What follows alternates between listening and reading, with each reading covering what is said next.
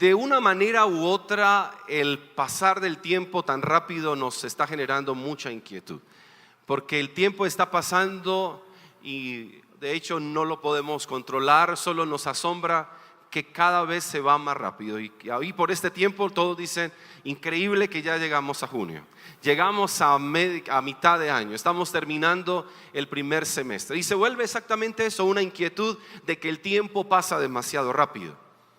Y nos inquieta que algunas cosas no las hayamos hecho, que no las hayamos hecho bien, otras sencillamente las estamos obviando y dejamos que pase el tiempo tan rápido como va, y dejamos de hacer algunas cosas que son importantes. Pero si pensamos un momento como iglesia, en este semestre Dios nos ha hablado de forma comunitaria, de manera corporativa, pero también lo ha hecho de manera personal. Seguro que en un momento ha sido una verdad, una palabra para la familia específica. Una pregunta para hacernos: en medio de la inquietud del correr del tiempo tan apresurado, en medio de tantas cosas que nos inquietan porque el tiempo se va, ¿por qué no hacernos esta pregunta? ¿Qué nos ha hablado el Señor? ¿Qué ha hablado el Señor a nuestras vidas? Porque el Dios que adoramos es un Dios que habla. El Dios al que le cantamos es un Dios que escucha, pero es un Dios que también hace escuchar su voz, se manifiesta en nuestras vidas. Y pensando en qué ha hablado el Señor, me gustaría por un momento que recordáramos qué nos ha hablado el Señor en este semestre como comunidad. ¿Qué ha hablado el Señor? Seguro usted ya ha recordado algunas cosas puntuales que el Señor le habló, pero permítame recordar qué nos ha hablado el Señor de enero hasta acá. Y algo que fue fundamental en las dos primeras predicaciones de este año, en la primera predicación del año que la hizo Johnny David, y la segunda predicación, era el Señor diciéndonos lo urgente que es vivir sobre el criterio bíblico de lo mejor. Y recordamos el texto donde Jesús dice, hablando de María: ella ha escogido la mejor parte y no se le quitará. Una verdad que usted y yo no podemos olvidar. Así comenzamos este año, el Señor hablándonos de vivir sobre el criterio bíblico de lo mejor. Y lo mejor para usted y para mí es mantenernos en comunión con Cristo. La importancia de darle a Dios prioridad en nuestras vidas, como inicia la introducción de nuestro discipulado o estudio básico. Hoy las personas se inquietan tanto por crecer en sus relaciones interpersonales, cada vez quieren tener mejores relaciones laborales, quieren llevársela mejor con las demás personas. Y nos inquietamos tanto por crecer en esa comunión crecer en esa comunión o ser cada día mejores esposos, mejores hijos, mejores padres. Pero la comunión con Dios se ha dejado de lado. Es decir, Dios para el momento de la necesidad, Dios para el día de la crisis, Dios para el día de mi incendio, Dios cuando mi hogar esté por destruirse. Nos ocupamos tanto de mantener una buena relación con nuestra esposa que Dios no encaja ni entra, es un asunto entre ella y yo. Pero cuando las cosas no estén bien, entonces Dios puede venir e intervenir nuestras vidas. Y olvidamos vivir sobre el criterio bíblico de lo mejor.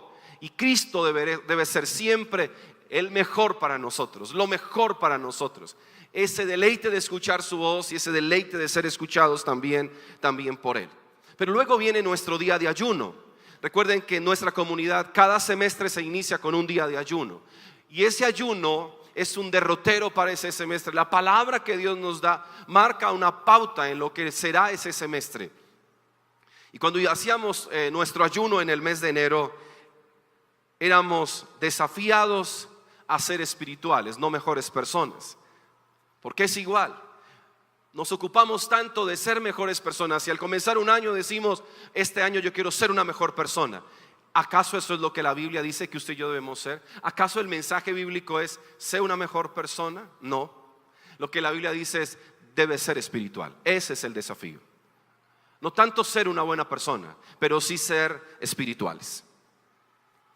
Una espiritualidad que vive en continua santificación. Y cuando hablo de ser espiritual, es una persona quien continuamente está haciendo morir en su propia vida lo carnal y lo terrenal. Es decir, que entiende que hay una vida espiritual que rige este mundo natural. Un mundo natural al que nosotros estamos acostumbrados. Un mundo natural que de alguna manera controlamos, conocemos y dominamos. Pero que hay algo mayor y superior a eso. Es un mundo espiritual, una vida real espiritual, la cual nosotros debemos conocer.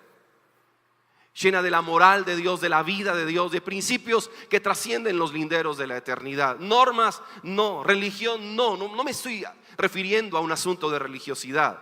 Estoy hablando de una vida espiritual real a la cual nosotros somos llamados a entrar. Una vida espiritual que significa ser guiados en todo por el Espíritu Santo. Es decir, el Dios que aprendo está en toda mi vida, en mis mañanas y en mis noches, en mi cotidianidad. El Dios de los asuntos más trascendentales, pero también el Dios de lo que no parece tan trascendental, que pareciera trivial, pero que Dios también está ahí. Y más cuando esa promesa de la Escritura que dice que al espiritual le serán añadidas todas las cosas de Dios.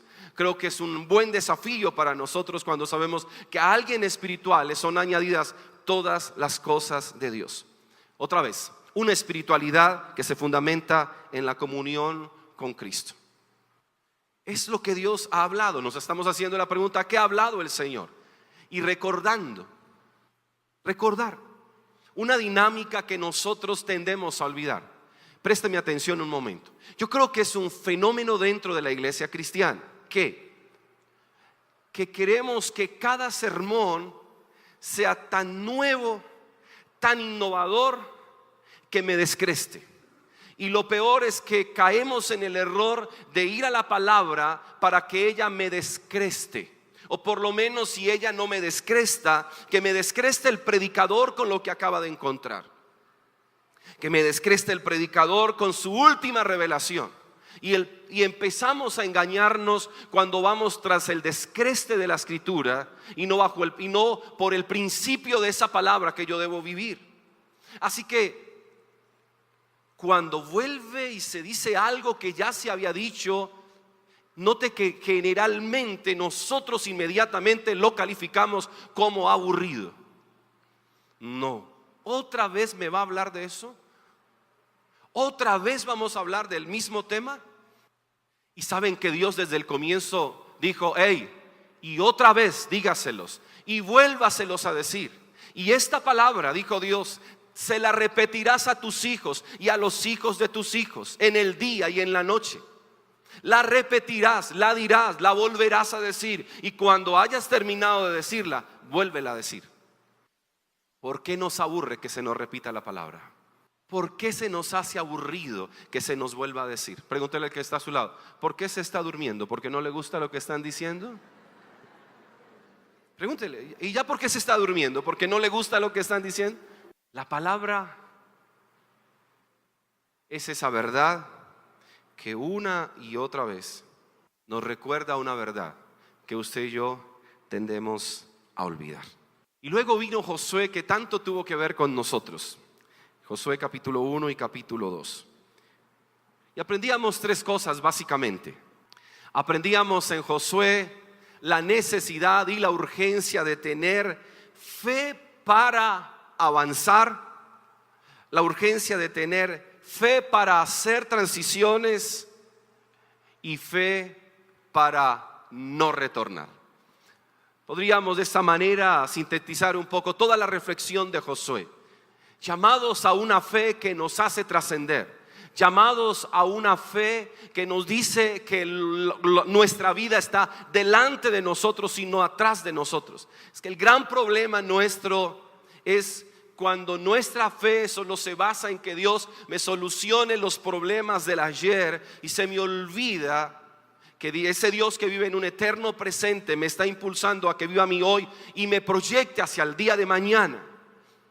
Que ayer terminó anoche, que mi fe es para que avance hacia lo nuevo de Dios, hacia el construir en Él.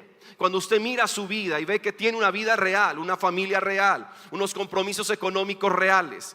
Cuando usted mira su relación de familia y se da cuenta eso es real, una empresa que dirige, un consultorio que atiende, usted dice esto es real.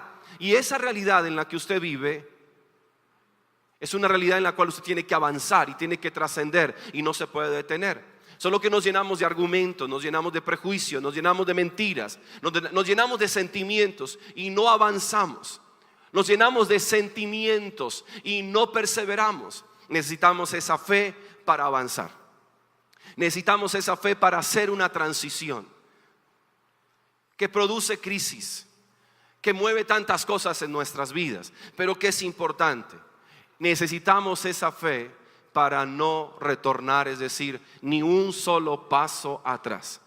Cuando entendemos que el llamado de Dios es a caminar y no hay retorno, que empezamos con Él y que la idea es que la vida nuestra sea como la luz de la aurora que va de aumento en aumento. ¿Qué nos ha dicho el Señor? Permítame recordarle esta mañana qué nos ha dicho el Señor. Que usted debe trascender, que usted debe avanzar, que usted debe crecer, que usted no se puede quedar igual, que ese proceso de transformación es constante y es permanente, que su pensar en Dios debe siempre evolucionar para ser cada vez más profundo y más libre. ¿Qué nos ha dicho el Señor? Que no descuidemos nuestra comunión con Él. ¿Qué nos ha dicho el Señor? Que usted y yo debemos orar un poco más, que debemos meditar la palabra un poco más. Y por si fuera poco, es ese mismo Dios que viene en un momento determinado y lo que hace es recordarnos el evangelio que no podemos olvidar. Que necesitamos que se nos recuerde el evangelio todos los días, porque todos los días tendemos a olvidarlo. Y por eso veníamos en esta serie de perdidos y hallados, para recordar exactamente que estábamos perdidos, pero que en Cristo fuimos hallados. Y se nos recordó el evangelio. Se nos vuelve a recordar el regalo de la salvación. Se nos vuelve a recordar la gran obra de Cristo en la cruz. Y al acercarnos a la cena el viernes volvemos a recordar la esencia de nuestra fe cristiana. Pero en los últimos domingos hemos hablado un poco acerca de lo que es la madurez espiritual. ¿Qué nos ha dicho el Señor? Que tenemos que asumir la fe con seriedad y con profundidad. Lo que estoy haciendo es recordando. Usted estará recordando conmigo las predicaciones. Aquellos que vienen por primera vez, permítanme recordarle un poco lo que ha sido la reflexión en nuestra comunidad en todo este semestre. Y en los últimos domingos hemos hablado de la necesidad de asumir la fe con seriedad y con profundidad. Que no podemos tomarnos la fe como algo tan deportivo y ser tan olímpicos con vivir nuestra fe.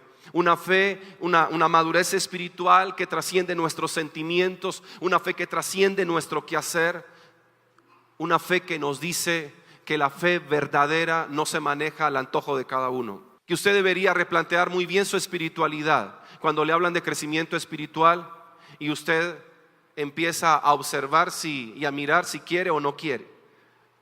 Y hay algunas personas que se dicen ser cristianas, se autodenominan cristianas, y cuando se les habla de crecimiento espiritual y se les habla de compromiso, sienten toda la libertad de decir, no, mira, es que yo en este momento no estoy pensando en comprometerme. ¿Puede un cristiano realmente darse la libertad de no vivir comprometido con su fe? ¿Puede un verdadero cristiano darse la libertad de decir que no se compromete con la iglesia? Pregunto, ¿es un verdadero cristiano alguien que no está comprometido con la iglesia? ¿Puede alguien decir que es un verdadero cristiano cuando su fe no está delimitada por la Escritura, sino por sus propios criterios, por sus propios sentimientos, por experiencias del pasado? Así que a partir de la experiencia que ha tenido ingrata dentro de la iglesia, determina que su fe no será una fe viva en Dios. Y entonces somos llamados a evolucionar, somos llamados a avanzar. Somos llamados a vivir una coherencia entre nuestro creer y nuestro hacer. Lo que creo determina lo que hago, y lo que hago debe estar determinado por mi fe. De otra manera no nos estamos tomando con seriedad y profundidad nuestra madurez espiritual. Decíamos el domingo pasado en palabras de Pablo, póngase serio con su fe, póngase serio y tome con seriedad su madurez espiritual. De otra manera esto se vuelve una religión. El evangelio de Cristo no es religión, pero usted lo puede convertir en la manera en que lo vive en una religión. Aunque el evangelio no sea religión, usted lo vuelve una religión. ¿Qué ha hablado el Señor a su corazón de manera personal? Para aquellos que toman nota, si puede responderlo allí, y los que no pueden hacerlo en su mente un momento, ¿qué ha hablado al Señor a mi corazón de forma personal en este semestre? ¿Qué le ha dicho el Señor este semestre? en un devocional, en un tiempo personal, o una predicación, una conversación con un amigo, en un grupo de conexión, en un contexto de familia, de iglesia, algo que Dios le habló a usted de manera personal. Quiero que lo recuerde esta mañana, por favor. Recuérdelo. ¿Qué le dijo el Señor a usted en este semestre? Y ahora viene la siguiente pregunta: ¿y cómo ha respondido usted a su voz? ¿Cómo ha sido su respuesta al mensaje de Dios? Usted y yo nos sentamos a escuchar y saber, bueno, vamos a ver quién es el predicador de hoy.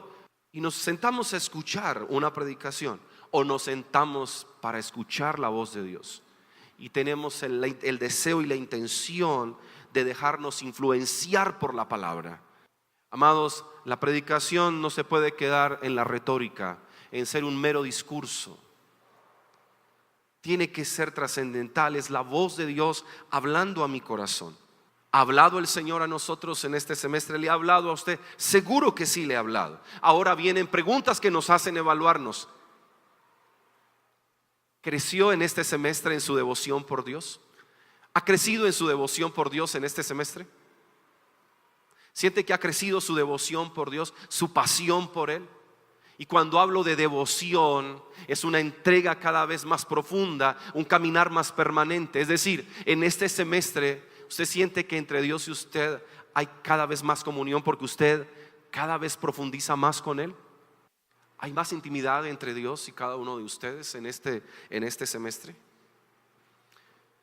Estamos viviendo de manera consecuente nuestra consagración al Señor. Es decir, estamos avanzando. ¿Por qué no le pregunta eso al que está a su lado? ¿Has avanzado en este semestre en Dios? No le estoy diciendo si, escúcheme bien, yo no le estoy preguntando si este semestre usted ha hecho más dinero que el anterior. No le estoy preguntando si en este semestre usted pudo colocar más dinero en sus ahorros. No le estoy diciendo si en su empresa le fue muy bien en este semestre, si mejoró su empleo. Yo no le estoy preguntando por eso. Yo no le estoy diciendo si este semestre usted se leyó un libro más de los que está acostumbrado a leerse. No le estoy preguntando si se leyó el periódico todas las mañanas y está muy bien informado de la situación de nuestro país o de nuestro departamento. Yo no le estoy preguntando cómo le ha ido en la universidad y qué tal está terminando este semestre. La pregunta es si usted ha avanzado, evolucionado y crecido conscientemente en su transformación espiritual.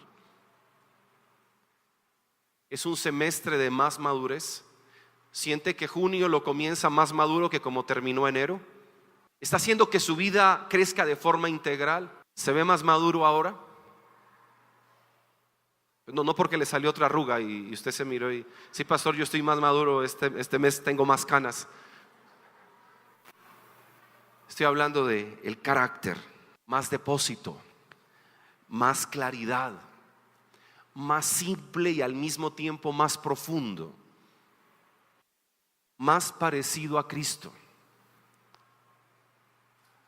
Y una palabra, una pregunta que no se puede obviar y debemos hacerlo con frecuencia, y lo hicimos al inicio de nuestro estudio bíblico el miércoles 24. ¿Sabe usted articular el evangelio sobre el fundamento de la palabra? ¿Sabe articular el evangelio?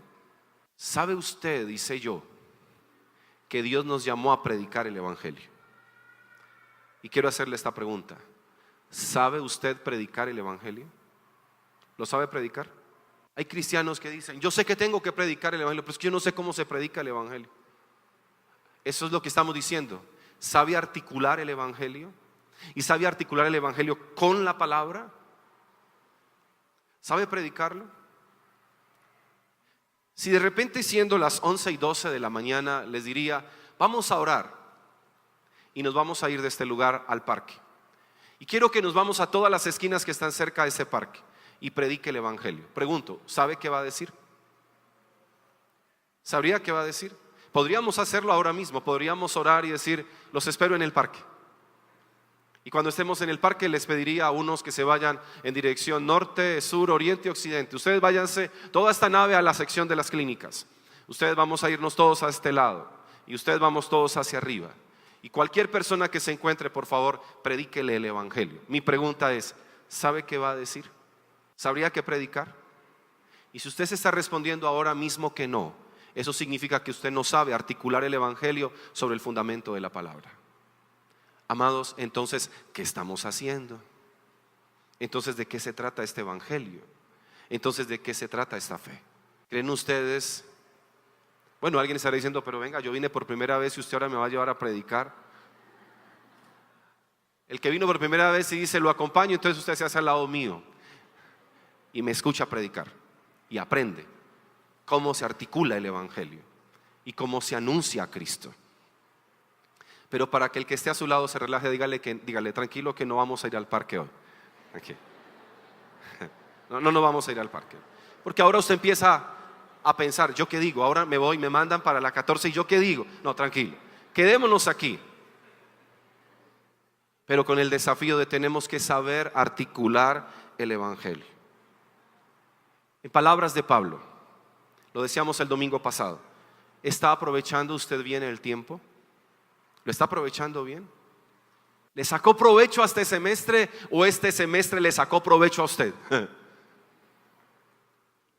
¿Vivió un día a la vez este semestre? Es decir, con propósito y destino eterno. Pero algunos de ustedes tienen que ser honestos y decir, estoy tan ocupado con mi propia vida, estoy tan ocupado con mis planes, que yo no he tenido tiempo de vivir con perspectiva de lo eterno. Vivo tan ocupado en tantas cosas, son tantas mis ocupaciones, que no puedo vivir con el propósito eterno de Dios ni el destino que tengo en Él. Mis queridos hermanos, tengan presente esto. Mis queridos hermanos, tengan presente esto. Todos deben estar listos para escuchar y ser lentos para hablar y para enojarse, pues la ira humana no produce la vida justa que Dios quiere. Por esto, despójense de toda inmundicia y de la maldad que tanto abunda, para que puedan recibir con humildad la palabra sembrada en ustedes, la cual tiene poder para salvarles la vida. No se contenten solo con escuchar la palabra, pues así se engañan ustedes mismos. Llévenla a la práctica. El que escucha la palabra pero no la pone en práctica es como el que se mira el rostro en un espejo y después de mirarse se va y se olvida enseguida de cómo es. Pero quien se fija atentamente en la ley perfecta que da libertad y persevera en ella, no olvidando lo que ha oído, sino haciéndolo, recibirá bendición al practicarla. Eso lo dice Santiago capítulo 1 versículo 19 al versículo 25. Santiago capítulo 1 versículo 19 al 25. Mis queridos hermanos, tengan presente esto. 1. Que la palabra solo se atesora cuando se recibe con humildad. Lo dice en el versículo 21. Queridos hermanos, tengan presente que la palabra solo se atesora cuando se recibe con humildad. ¿Saben por qué la palabra no se queda? ¿Sabe por qué la palabra viene a ser como lo que dijo el escritor a los hebreos que leímos el domingo pasado? Que por un oído les entra y que por el otro les sale. ¿Saben por qué la palabra no se queda? Por el orgullo de nuestro corazón. Porque queremos que la palabra venga y me diga lo que quiero que me diga. No quiero que la palabra me imponga algo distinto, ni me marque o me trace una ruta diferente a la que yo tengo para mi propia vida. Pero lo que Santiago, está diciendo es que, queridos hermanos, la palabra solo se atesora cuando se recibe con humildad. Cuando usted entiende que se acerca a ella para escuchar la voz de Dios. La palabra solo se atesora cuando se recibe con humildad, es decir, cuando usted escucha a Dios y postra su orgulloso corazón a la soberanía de Dios. ¿Sabe por qué nos cuesta tanto obedecer? ¿Y sabe por qué nos cuesta tanto retener la palabra? Porque ella choca con nuestro razonamiento humano. Ella golpea mi criterio personal. Ella de alguna manera no es tan lógica como yo soy lógico. Y empiezo a hacerme la pregunta. Ayer hablaba con alguien y me decía: es que en la situación que estoy viviendo, quisiera que Dios me dejara ver una lucecita. Solo una lucecita. Y es legítimo realmente, es legítimo. Todos en algún momento queremos ver una lucecita. Pero le decía: ¿de verdad quiere ver una lucecita? Sí, una lucecita. Y le dije: ¿y para qué querer conformarnos con una lucecita? Cuando ya hay alguien que dijo: yo soy la luz del mundo, y el que me sigue no andará en tinieblas, sino que tendrá la luz de la vida. Y me quedé luego pensando no en esa persona, sino que nosotros de alguna manera queremos algo o un pedacito de Dios que me produzca, no sé si esperanza, consuelo, o no sé qué algo positivo pueda generar en mí. ¿Por qué más bien no dejar de irnos por las ramas para llegar al centro y decir: si Cristo es el mensaje central de la Escritura y esa es la voz de Dios que se hace escuchar en la palabra, entonces ¿por qué no postrarme humildemente ante Él y reconocerlo como mi Rey, reconocerlo como mi Señor, para que su palabra sea también la palabra que vivo, la palabra que creo, la palabra que me apasiona? ¿Sabe usted por qué tiene tantos líos para aceptar la palabra? Porque es más fuerte el orgullo de su corazón frente a la palabra.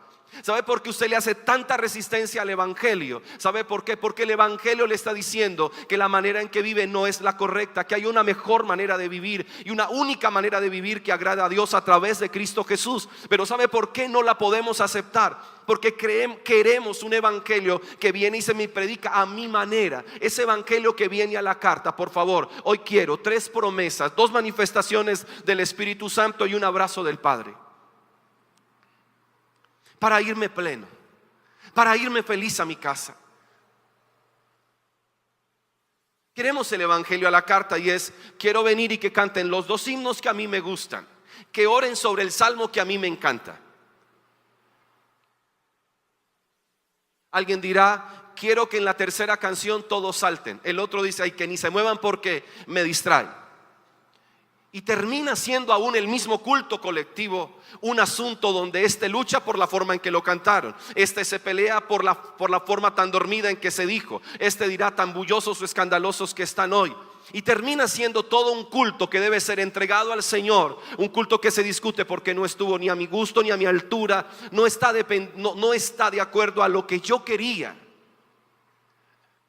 Porque todo el tiempo estoy pensando en cómo yo sentirme bien. Y cuando llegamos a la palabra, entonces tiene que ser una palabra que alguien dirá, que me toque las emociones, que me haga vibrar. Hace poco alguien que vino a este lugar me pidió hablar un momento y me dijo: pastor, ¿usted no le parece que su iglesia es muy dormida?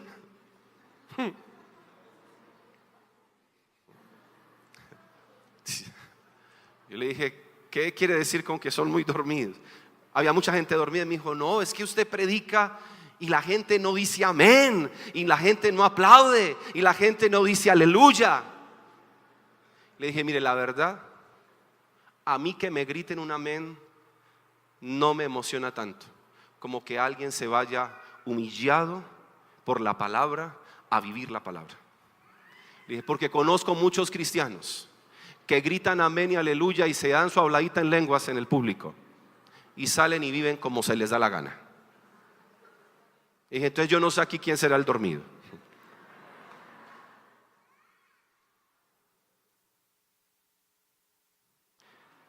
Mis queridos hermanos, tengan presente que la palabra solo se atesora cuando se recibe con humildad. Y eso no son emociones, eso es convicción. Señor, tú me has hablado y yo no puedo ignorar tu voz. Yo me tengo que ir a mi casa y algo tiene que hacer esta palabra en mi vida. Yo no puedo obviarla y olvidarla cuando baje la escala y tome el ascensor y me vaya y lo olvide. Mis queridos hermanos, tengan presente esto. Segundo, que quien se deleita en la palabra pero no la practica, vive en un contentamiento engañoso. Quien se deleita en la palabra pero no la practica, vive en un contentamiento engañoso. Algo que es tan común entre nosotros. ¿Cómo le pareció la palabra de hoy? No, brutal, dice alguien. No, brutal. ¿Cómo estuvo en la predicación? No fui. Se la tiene que escuchar. Eso es una bomba. No, esa predicación me tocó, me sacudió, me movió, me revolcó, me tiró. Bueno, yo no sé qué le hizo.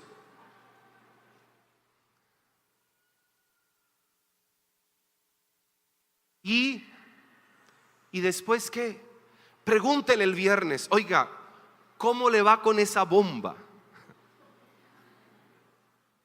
Y a muchos esa bomba no les explotó.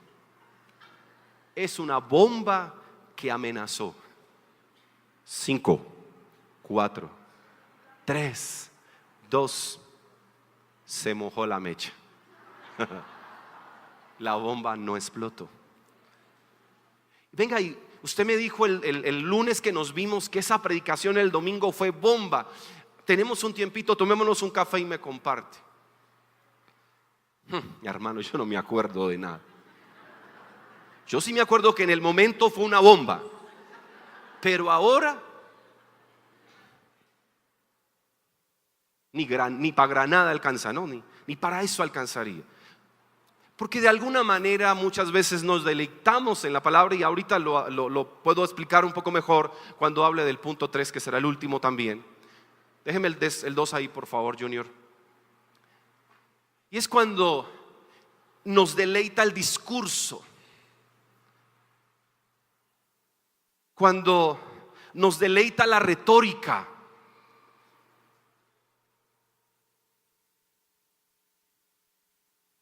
Alguna vez hablaba con una persona que decía ser fans de un predicador. Dijo, me le escucho todas las predicaciones. Diario, es una persona, no exagero, diario lo escucha. Está atento de la que suben del día de hoy. Hoy mismo estará pendiente, mañana y se la va a escuchar. Se deleita. Ama a ese predicador, le apasiona, le observa el sermón, le observa la ropa, porque hasta disfruta la forma en que se viste. No estoy exagerando. Se deleita hasta en la manera que ve el predicador vestirse. Alguna vez me lo dijo, yo en algún momento me quiero vestir como él. Y eso no es ningún problema. El asunto aquí no es de modas. Pero cuando uno escucha a ese predicador, es un predicador que a mi parecer deja 3 fuertes impresiones de su vida, a mi parecer. Es un hombre que a mi parecer deja una impresión muy profunda de oración.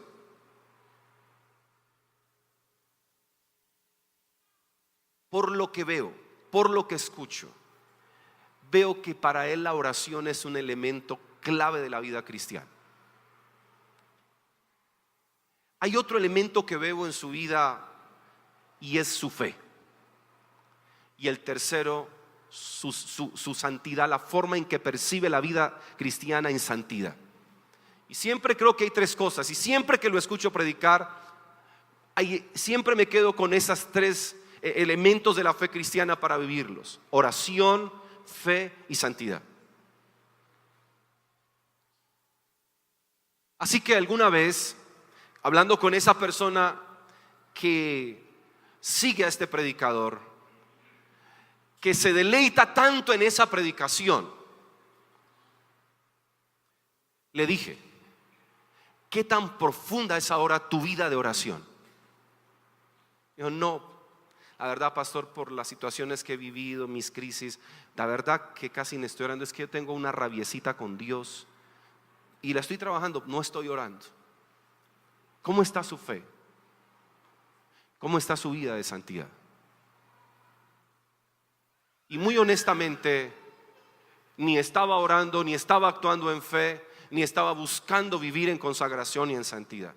Y eso es exactamente cuando alguien se deleita en la palabra, se deleita en el predicador, se deleita en el discurso, se deleita en el buen libro. No, me estoy leyendo un libro que me tiene revolcado.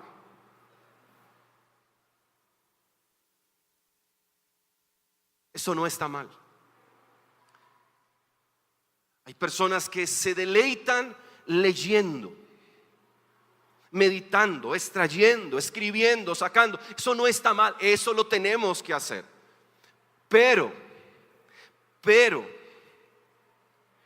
si eso que escucho, si eso que leo, si eso que me deleita, si eso que me descresta, si eso que me revuelca, si eso que me hace llorar, a mí no me convierte, a mí no me hace obedecer, es decir, no me desafía a la práctica, eso se llama un contentamiento engañoso.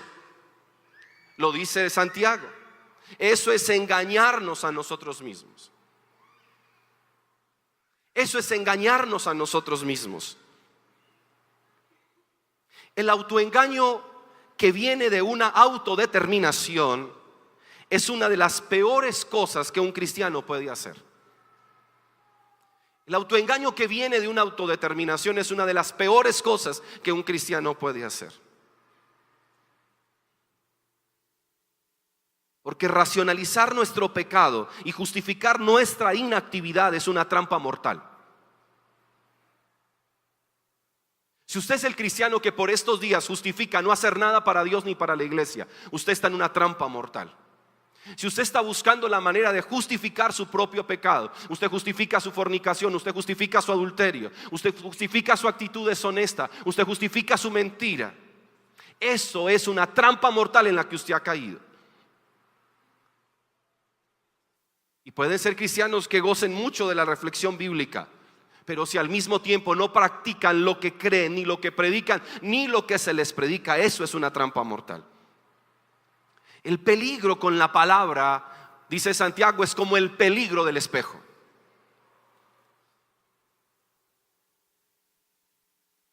Es ver un defecto y no hacer nada al respecto. Él coloca la ilustración del espejo. El que se mira y se va y se le olvida. El peligro del espejo, el peligro de la palabra, que ella venga y señale algo y usted y yo nos vayamos y lo olvidemos por completo.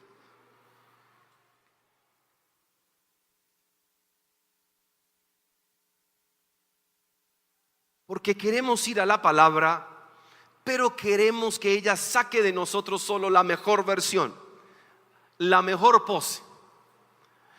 En una fotografía, usted cuando quiere una fotografía, usted busca su mejor perfil, ¿sí o no? Hay algunos que saben que si le toman una foto por la izquierda, perdió. O si se la toman por la derecha. Si se la toman de perfil, usted sabe que va a ser desastroso. Así que usted siempre busca el mejor perfil, ¿no es verdad? Disimular un poquito, no sé, algo, una cicatriz, las orejas, qué sé yo, algo que usted quiere disimular. Y cuando vamos al espejo, de alguna forma, si el espejo muestra, entonces buscamos la manera de ¿qué? ¿Cómo disimularlo? ¿No es cierto? ¿Cómo lo disimulo? La palabra es como el espejo y usted empieza a buscar que el Señor le hable y empieza a hablarle, a tocar ese punto neurálgico, le coloca el dedo en la llaga y usted empieza a buscar otra parte de este espejo, como que le muestre algo mejor. La Biblia le dice, murmurar, chismear, hablar del prójimo es pecado. Y usted dice, ve, yo leo eso y no entiendo. ¿Qué querrá decir eso? ¿Qué querrá decir? No, eso no es lo que el Señor me quiere hablar. entonces va y vuelve a donde siempre le gusta llegar. Deleítate en el Señor y Él te concederá las peticiones. Y es ahí donde oran, adoran, se postran, y el Señor vuelve y le impulsa. Y vuelve y usted no quiere, y como ya usted sabe que es en Efesios que le van a decir que no murmure, usted se va para otro lado. Y Dios aprovecha y lo empuja y los chismosos no heredarán el reino de Dios. Y usted dice: no, eso no es del Señor, es el diablo ahí que me quiere perturbar. Deleítate a sí mismo en el Señor y Él te concederá. Y usted dice: no voy a ir a Romanos, mejor que Romanos es una carta teológica. Y entonces viene a Romanos, y Romanos dice que los murmuradores son dignos de muerte. Pero usted no quiere que se le note esa arruga, como lo hizo alguna vez un pintor con el presidente de los Estados Unidos, Lincoln.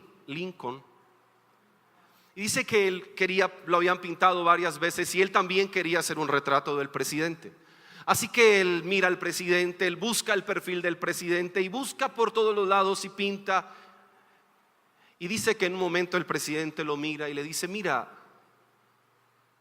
píntame de este lado, nadie me pinta de este lado. Píntame de este lado y píntame esa verruga que a mí no me molesta. El pintor se queda mirándole y le dice: ¿de verdad quiere que le pinte esa verruga?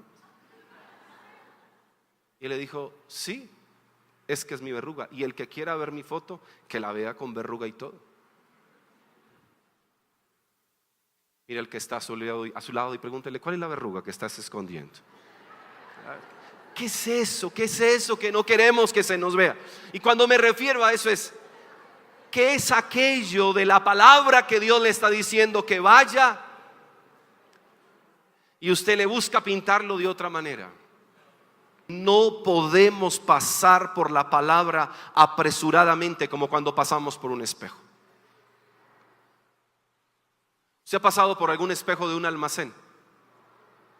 ¿Sí? Todos hemos pasado por espejos de los almacenes, ¿no es cierto? ¿Cómo pasa?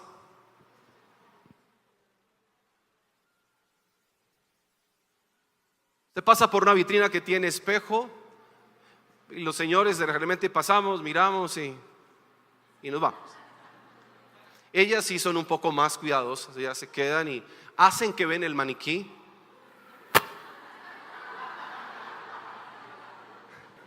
Ellas, el cabello, el accesorio, el espejo les dice la verdad, no hay nada. Entonces ellas tratan como de ¿cómo hago que se vea algo, no?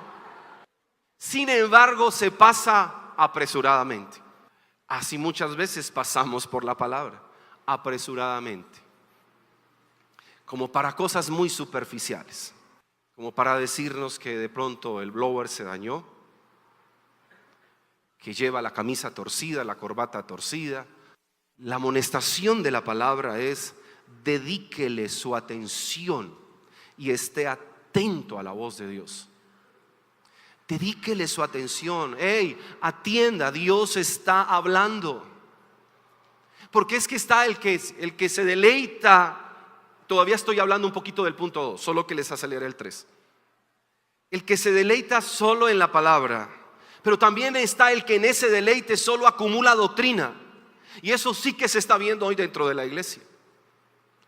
De alguna manera el desencanto del emocionalismo en la fe, de alguna manera el desencanto del manoseo que se le ha hecho a la fe, a las emociones de la iglesia, lleva a muchos a querer volver a la doctrina. Y eso creo que es un muy buen movimiento, y de hecho un sabio movimiento. ¿Cuál es el fundamento de nuestra fe? Pero el gran problema es cuando encontramos cristianos que lo único que hacen es acumular doctrina, conocimiento, para discutirle al otro que creen que está equivocado, argumentos para ir a ridiculizar al otro y nombrar al otro predicador y decir que lo que el otro predicador dice está mal dicho. Pero ¿qué sentido tiene mantener haciendo defensa de la sana doctrina frente a otros? ¿Qué sentido tiene que usted y yo vivamos acumulando doctrina si aquí adentro seguimos resentidos, iracundos, explosivos y no tenemos una santidad emocionalmente sana? ¿Para qué tanta doctrina? ¿Para qué tanto conocimiento, tanta información? ¿No nota usted que hay muchas personas, no todos, que cuando se van a la doctrina se vuelven unos críticos de todo el mundo? ¿No ha notado usted que hay personas que cuando dicen amar la doctrina, yo no sé qué les pasa en este dedo, pero se dedican a juzgar y señalar a todo el mundo y tienen la capacidad de juzgarle el corazón al uno, de juzgarle el corazón al otro, de decir que este va para el infierno, que este está a medio fuego, que este está a fuego lento, que este ya está en el purgatorio? ¿No ha visto usted que esa gente se dedica a mandar gente al infierno como se les da la gana? Como si a ellos se les hubiera dado ese poder y esa autoridad. Se vuelven rancios con esa doctrina, porque se dedican a tirarle piedra a la iglesia, como si ellos mismos no fueran la iglesia, y el perdido afuera esperando que alguien vaya y le predique el evangelio. Y esos que agarran la doctrina y lo que hacen es hacerle perder el gusto y el sabor, y la vuelven rancia e insípida, lo que andan es buscando en las congregaciones a quién sonsacarse en vez de ir a predicar el evangelio que Cristo les dijo que anunciaran. Eso es un contentamiento engañoso. Eso le hace daño a la iglesia. Eso es lo que hace que el mundo nos vea. Diga, véalos, no cómo se aman, mire cómo se tiran piedra entre ellos mismos. Véalos. Dice que hermanos, y mire cómo se hablan de feo, mire que ni se saludan. Eso es un contentamiento engañoso. Uno escucha a cristianos, personas que se encuentran, ¿cómo están? Pastor, vea, ahora sí estoy en la sana doctrina, le dicen a uno. Ahora sí yo estoy en la sana doctrina. Y usted hace una o dos preguntas solo como para hacerle un sondeo del corazón. La misma amargura, el mismo resentimiento, el mismo odio, si me aguanta, un carácter intocable que ni el Espíritu mismo lo ha tocado. Información la que tenga, la que se sabe en textos de memoria. Eso explica en Romanos de una forma que uno queda descrestado. Pero a mí no se me olvida que Jesús dijo: por sus frutos los conoceréis. Y el fruto del Espíritu es gozo, paz, paciencia, benignidad, bondad, fe, mansedumbre, templanza, y contra tales cosas no hay ley. La mejor manera de recordar la palabra es obedeciéndola. Y pensando en la palabra, pensando en la Biblia como un libro de tan fácil acceso, que aún en los lugares más prohibidos llega. Escuche bien. Y de alguna manera los cristianos ostentamos que la Biblia es el libro más vendido en el mundo. Lo ostentamos y lo decimos con mucho orgullo. La Biblia es el libro más vendido del mundo, el más traducido del mundo. La Biblia es el libro que más se vende, pero también es el libro que menos se lee. Así que ¿de qué sirve tanta vendedera de Biblia si no la estamos leyendo? Hay cristianos que hacen colección de Biblias. La Reina, las quieren tener todas las traducciones. Y eso está muy bien. Eso no es malo, eso es muy bueno. Pero ¿para qué usted tener 10 Biblias, 10 traducciones, si ni tan siquiera agarra una para meditarla?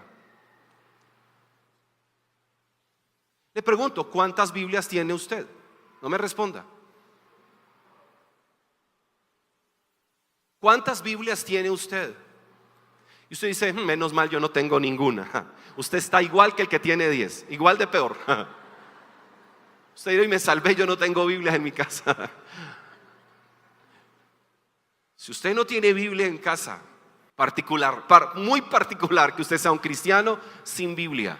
Y si tiene 10, ¿cuál de las 10 lee? ¿Quiere que la palabra no se le olvide?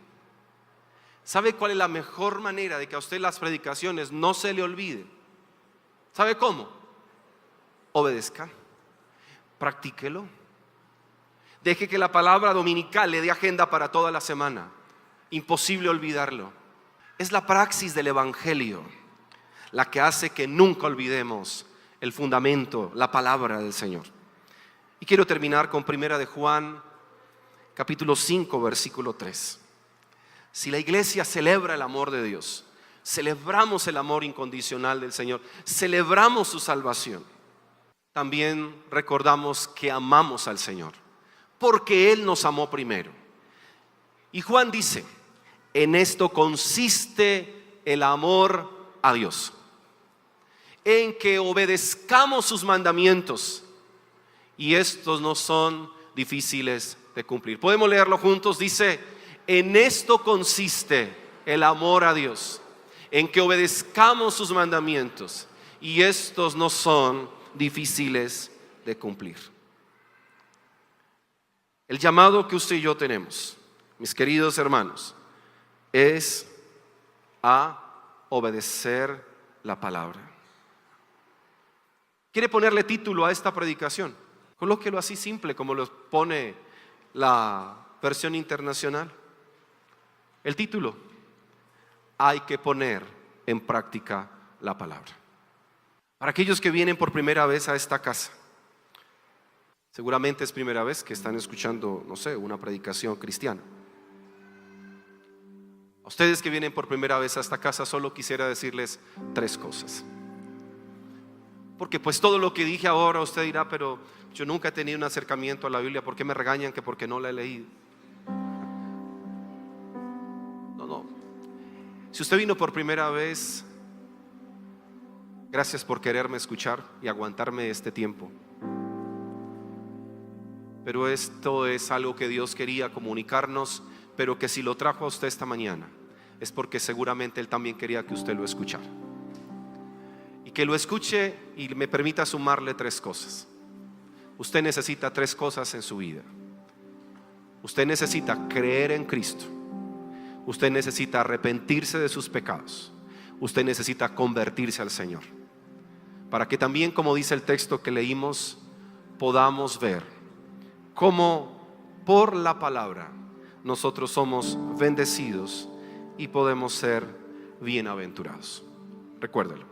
Usted necesita creer en Cristo, arrepentirse y convertirse al Señor, como cada uno de nosotros en esta mañana. Le invito a que esté de pie, por favor, y oremos.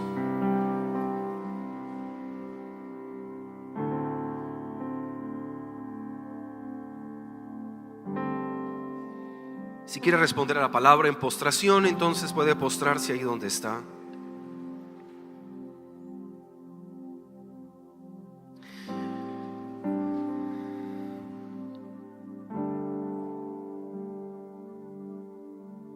Y recordar que nos estamos postrando esta mañana delante de un Dios que nos dice: hay que poner en práctica la palabra. De lo contrario, esto es un sabotaje a nuestra fe.